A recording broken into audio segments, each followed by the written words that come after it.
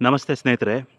ನಾನು ಈ ರೀಲ್ ಮಾಡ್ತಾ ಇರೋದು ವಯಸ್ಸಾದವರಿಗೆ, ಅನಾರೋಗ್ಯದಿಂದ ಇರೋರಿಗೆ ಮತ್ತು ನಾವು ಬೇರೆಯವ್ರನ್ನ ಅವಲಂಬಿತರಾಗಿರೋರಿಗೋಸ್ಕರ ಈ ರೀಲ್ ಮಾಡ್ತಾ ಇರೋದು. ಏನಪ್ಪ ವಿಷಯ ಅಂದರೆ, ನಮ್ಮಲ್ಲಿ ನಾವು ಏನು ಮಾಡ್ತೀವಿ, ಬೇರೆಯವ್ರಿಗೆ ಅವಲಂಬಿತರಾಗಿ ಮನೇಲಿರ್ತೀವಿ. ಅನಾರೋಗ್ಯ ಇರುತ್ತೆ, ವಯಸ್ಸಾಗಿರುತ್ತೆ, ನಮ್ಮನ್ನು ಯಾರೋ ನೋಡ್ಕೊತಾ ಇರ್ತಾರೆ.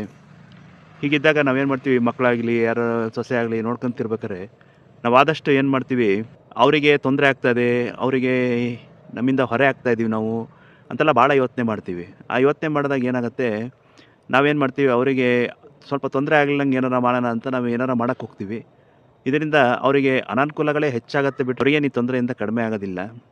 ಮತ್ತು ಎರಡನೇದಾಗಿ ನಾವು ಯಾಕೆ ಅದನ್ನು ಕೊರಗಬೇಕು ಅನ್ನೋದು ನಂಗೆ ಇವತ್ತು ಗೊತ್ತಾಗಿಲ್ಲ. ಯಾಕೆಂದರೆ ಮನುಷ್ಯ ಈ ಕರ್ಮ ಜೀವನದಲ್ಲಿ ಯಾರ ಜೊತೆ ಯಾರು ಅನುಭವಿಸ್ಬೇಕು, ನಮ್ಮ ಕರ್ಮ ನಿನ್ನ ಜೊತೆ ಯಾರ್ಯಾರು ಅನುಭವಿಸ್ತಾರೆ ಎಲ್ಲ ನಿರ್ಧಾರ ಆಗಿರೋದ್ರಿಂದ ನಾವು ಯಾಕೆ ಅದನ್ನು ತುಂಬ ಮನಸ್ಸಿಗೆ ಹಚ್ಕೊಂಡು ನಾವು ಬೇರೆಯವ್ರಿಗೆ ಹೊರೆಯಾಗಿದ್ದೀವಿ, ನಾವು ಅಯ್ಯೋ ಏನಕ್ಕೆ ಅವ್ರಿಗೆ ತೊಂದರೆ ಆಗತ್ತೆ ಅಂತ ಈ ರೀತಿ ಎಲ್ಲ ನಾವು ಯೋಚನೆ ಮಾಡೋದ್ರಿಂದ ನಮ್ಮ ಆರೋಗ್ಯನೂ ಹಾಳಾಗೋದಲ್ಲದೆ ಅದರಿಂದ ನಮ್ಮನ್ನು ನೋಡ್ಕೊತಿರೋ ಅಂಥವ್ರಿಗೂ ಸಹ ತೊಂದರೆ ಆಗತ್ತೆ ಅನ್ನೋದನ್ನು ನಾನು ಭಾಳಷ್ಟು ಜನಕ್ಕೆ ನೋಡಿದ್ದು. ಈಗ ನನ್ನದು ಉದಾಹರಣೆ ಒಂದಿತ್ತು, ಜೊತೆಗೆ ಬೇರೆಯವ್ರನ್ನೂ ನೋಡಿದ್ರಿಂದ ಇದೊಂದು ಯಾಕೋ ನನಗೆ ಅದನ್ನು ಆದಷ್ಟು ಜನಕ್ಕೆ ಇದನ್ನು ತಿಳಿಯಲಿ ಅಂತ ಈ ವಿಡಿಯೋ ಮಾಡ್ತಾಯಿದ್ದೀನಿ.